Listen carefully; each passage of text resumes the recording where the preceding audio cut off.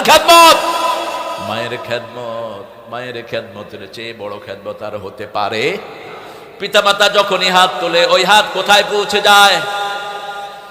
রাসূল সাল্লাল্লাহু আলাইহি ওয়াসাল্লামের একজন সাহাবী বলছেন, সাইয়েদনা মূসা আলাইহিস সালাম এক মায়ের জন্য দোয়া করেছেন। এক সন্তান বারবার খাওয়া এনে মায়ের মুখে দিত, মা দোয়া করতেন ওই জামানার নবীর সাথে যেন তার জান্নাত হয়। মূসা আলাইহিস সালামকে জিজ্ঞেস করলো, মূসা আপনার সাথে কে জান্নাতি হবে? তিনি বললেন, অমুক বাজারের কসাই আমার সাথে জান্নাতি হবে। কসাই, কসাই বলেন তো আপনারা? কসাইকে কি বলেন আপনি? হ্যাঁ, চট্টগ্রামে তো বেগিন নতুন নতুন নাম আছে তো। হ্যাঁ, নতুন ডিকশনারি শহীদুল্লাহ চট্টগ্রামের ভাষা ফেল করছে, ডক্টর শহীদুল্লাহ। হ্যাঁ, কঠিন ভাষা মানে ফেরেশতাও মাঝে মাঝে। আমি যে এত আসি, আমিও অনেক ভাষা এখনো বুঝি না। যেমন আতিক্যা বুঝতে আর 12 বছর লাগে। আতিক্যা, আতিক্যা কি? আতিক্যা, আতিক্যা হতো না আতিক্যা। আতিক মানে হলো আল্লাহর ঘর, পুরানো ঘর। আতিক আতিক খেন্ডুল্লা আইল পরে এক বুঝা হয়, এই দরজার খুলে দিয়ে যে আতিক্যা দফর বুঝি ফেলাই। আতিক্যা মানে কি? হঠাৎ। হ্যাঁ, হঠাৎ।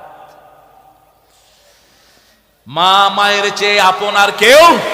মায়ের মাথায় একটা সফটওয়্যার থাকে, সন্তান যেখানেই থাকুক বিনা তারে ওই মায়ের সাথে একটা লিঙ্ক আপ থাকে। আমেরিকাতে সন্তান মারা যায়, মা এখান থেকে বসে বলবে আমার ছেলে নাই।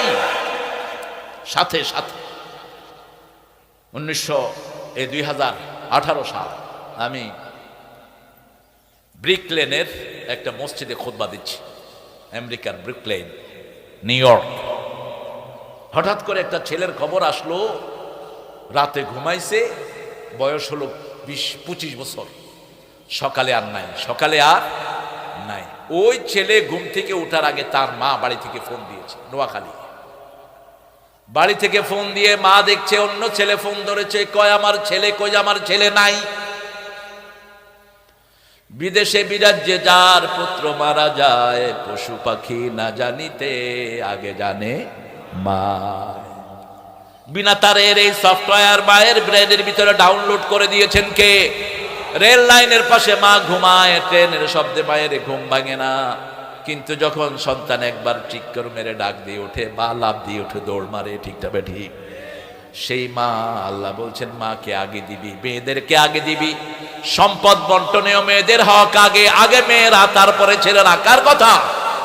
আল্লাহর কথা। সে আল্লাহ রাব্বুল আলামিন বলছেন, ইল্লাল্লাযীনা